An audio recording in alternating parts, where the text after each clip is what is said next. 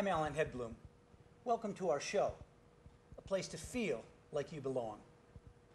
Our guest today is Veronica Ramirez. Veronica is the Executive Director of the West Michigan Hispanic Chamber of Commerce. Veronica, thank you so much for stopping by to talk with us. Thank you, Alan, for the great invitation. You bet. So what is the mission of your organization? Our mission is to go ahead and help those small businesses and corporations bridge any gaps between, if you're trying to reach the Hispanic market, we'll help you reach that market, but also, more importantly, enhance the economic development of the West Michigan. Okay. What are some of the biggest concerns of your Hispanic membership? I know that you have a lot of your membership is Hispanic, but you have Anglo membership as well. So of the Hispanic membership, what are some of their biggest concerns? One of the biggest concerns is as they're starting or as they're running their businesses, there's that difficulty in understanding the regulations, the IRS obviously rules, and also just in general how to operate their businesses here in the U.S. Many of them have been entrepreneurs all their life when they were in their native country. And when they come here, sometimes they think that they can start doing their business as they were doing in their country, but they come to find out that that is not the case. And the temptation, I think, for all of us small business owners is to think, I can do that myself. Correct. Many of them do feel that, well, I'm going to, if it's my business, I'm going to do and manage everything that I cannot do on my own. Okay. So do you offer seminars? Do you do a lot of one-on-one coaching? How does that work? Right now at the Chamber, aside from doing or offering any referrals or referring people to resources, we also do workshops. We do one-on-one consultations. I am a business consultant as well. So I provide that comfort or that opportunity for people to come in and talk to me and see and share with me their needs. And in return, I offer them, those tutorials or the resources where they can obtain what they need to continue their business and operate in a successful manner. Okay. And now you have background in your college degree is in finance. Okay. So you have a head for business. Yes, I do. Okay. And obviously, and with that being said, I mean, just the knowing a little bit of finance, the accounting piece of it, and being able to find and keep on hand the resources that are out there in our community has been a great tool for me. Mm-hmm, mm-hmm. Now, you grew up, or you were born in very Hispanic-friendly California, and then you moved to, your family moved from California to West Michigan, very Dutch-American culture. What made it possible? What made you feel welcome? How do you get a sense of belonging in a place like West Michigan? Okay, it was, the transition that took place with us coming from California to Michigan was somewhat hard, but at the same time, my parents came across individuals in the community, either church and individuals that they made connections with, as well as people in general. Specifically, there was a State Farm agent, advertising. A fine company. A fine company, and with that being, that person was able to support or guide my parents and teach them where the resources were, where to find groceries, and help them feel welcome. I think just having that support there, even if the family wasn't really familiar with the community, just having one person feel like guidance or make you feel like they were part of the family was what made it easier. So in your family's case, it was some people inviting you to church, but then just one person from the business community who can make a difference, who can kind of tip it into, okay, you're welcome, here's how you do some things. Correct. So that also, once again, that made a big impact on my parents. On obviously knowing where to go, how to go about it, and just feeling like they actually were part of that community too at the end. Do you think that sort of welcoming inspired you along your career, maybe into your now position where you're helping other people? To be honest with you, I never really started that way. But one of the things, I've worked in the corporate world, I worked in a nonprofit world previously, but after the years, I did see that I had, to some extent, a gift. I had to translate, being able to be bilingual and having the business background, and seeing that in the community there was a need. There seemed that there was a need of feeling like people understood how to run a business, how to, just a translation piece of it. I thought I was I was more capable of being that connector to some extent. Sure. Amongst immigrant small business owners in that community, a lot of them don't seem to understand American business culture as well as the general American culture of their customers. Can you give us an example of how that may have been difficult for some of your clients at the Chamber? Well, there's great difficulties that come across with being a business owner in the Hispanic community. And one being, you know, how do we even just start a business, to the resources that they should be reaching out to. One of my contacts or clients that I'd say was intending to open a supermarket, for example. They had difficulty in knowing who the vendors were going to be, knowing how to get that credit card merchant service operation in their store business, and even understanding that there was some regulations that needed to take place based on the state level and the health department, because they were having food and consumption of different products in their store. Versus in Mexico, obviously, not a lot of those regulations are in place.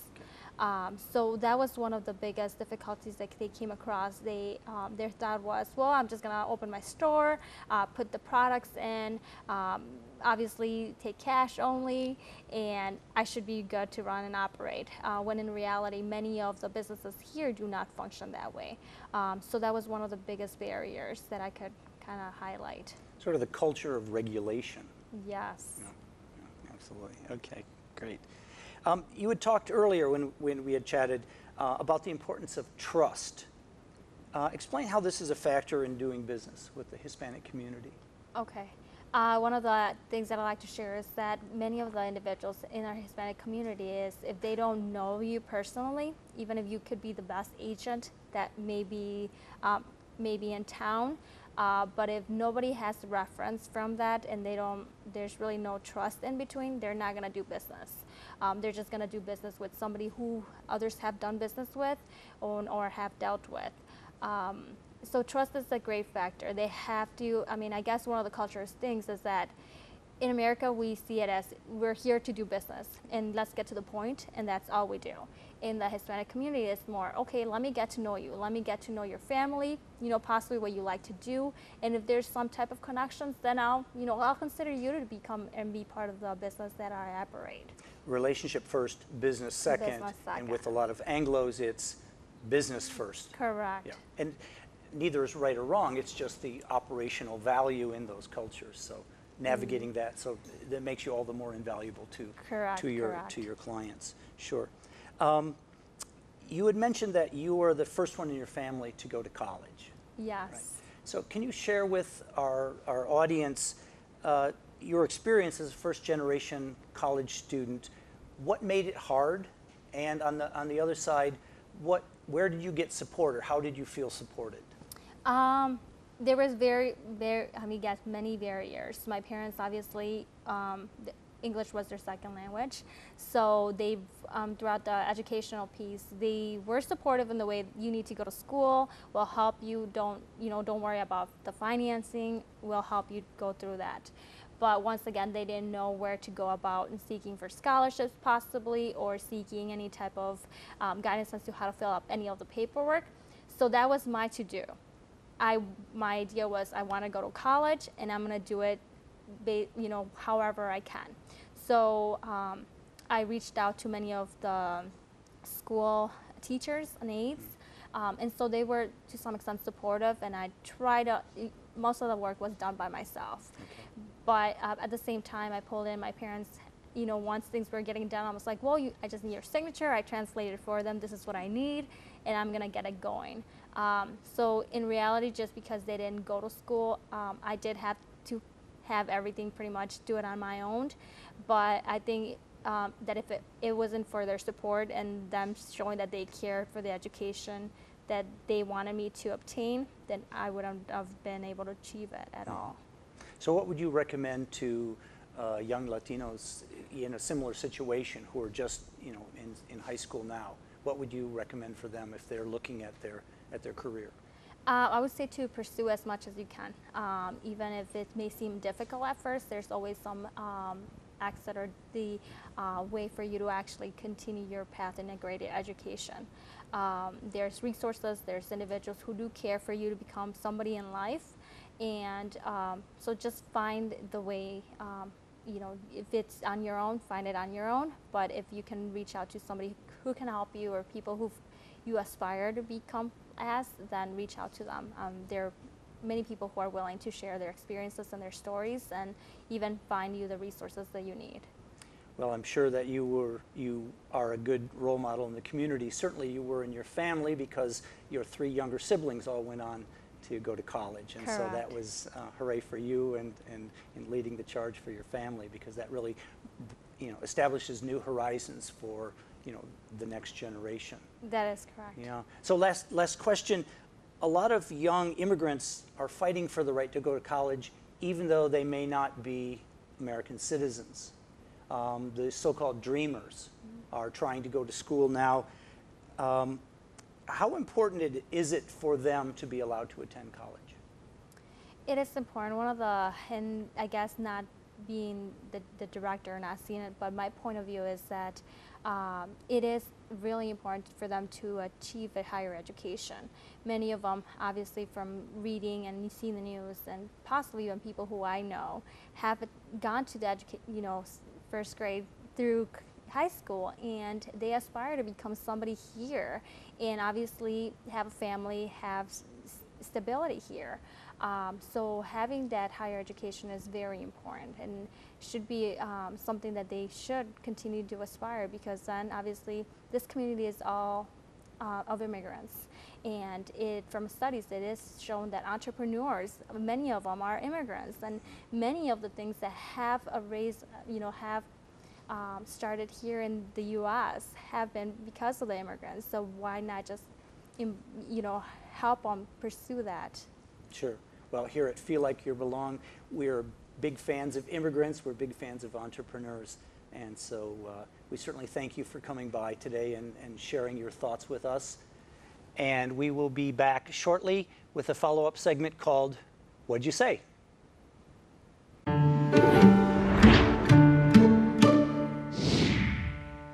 During our conversation with Veronica Ramirez, you heard the expression Anglos. This means English speakers. In the context of language, we often distinguish Spanish and English speakers as Hispanics and Anglos. You also heard Veronica say, keep on hand. This means to have something ready in case you need it. For example, if you're going to be working with wood, you should keep some Band-Aids on hand in case you cut yourself. For explanations of other slang and cultural expressions, go to our website at feellikeyoubelong.com.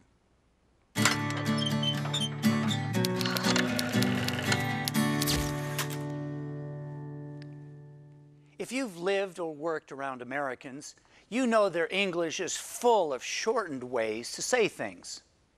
You might believe that this is because Americans are consumed with saving time. But in fact, all languages have shorter, more efficient ways of saying things when they want to.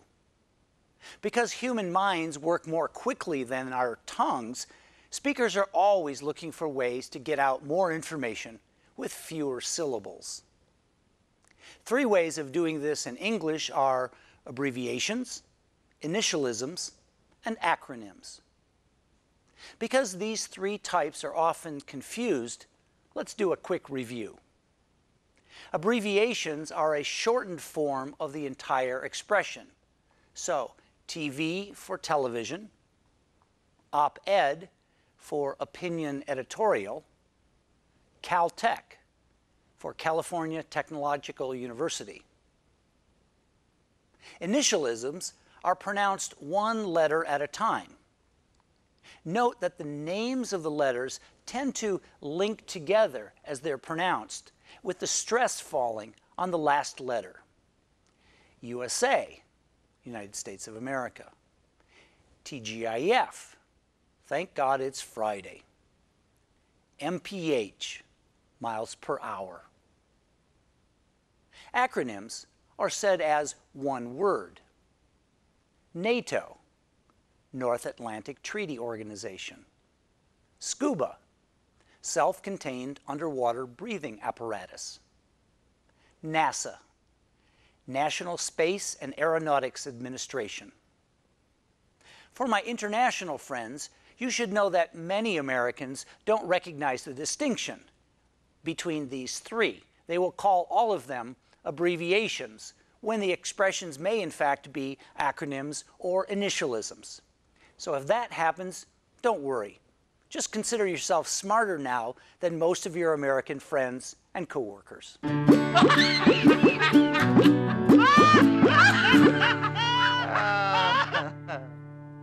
Something that is forbidden or highly disapproved of is taboo. Taboo topics include making fun of any groups in American society that have lower status or power. In U.S. history and culture, the dominant group has been white, heterosexual, Protestant, Christian, able-bodied males from Northern European heritage. Someone like me, actually. Taboo jokes, then, make fun of people of color, women, non-Christians, gays and lesbians, people with disabilities, or obese people. Because my friends are members of these various groups, I don't tell taboo jokes. So in this regard, today's What's So Funny segment isn't all that funny. That's all for this week. Remember to keep your jokes upbeat and friendly. That way, everyone can laugh and think, that's very funny.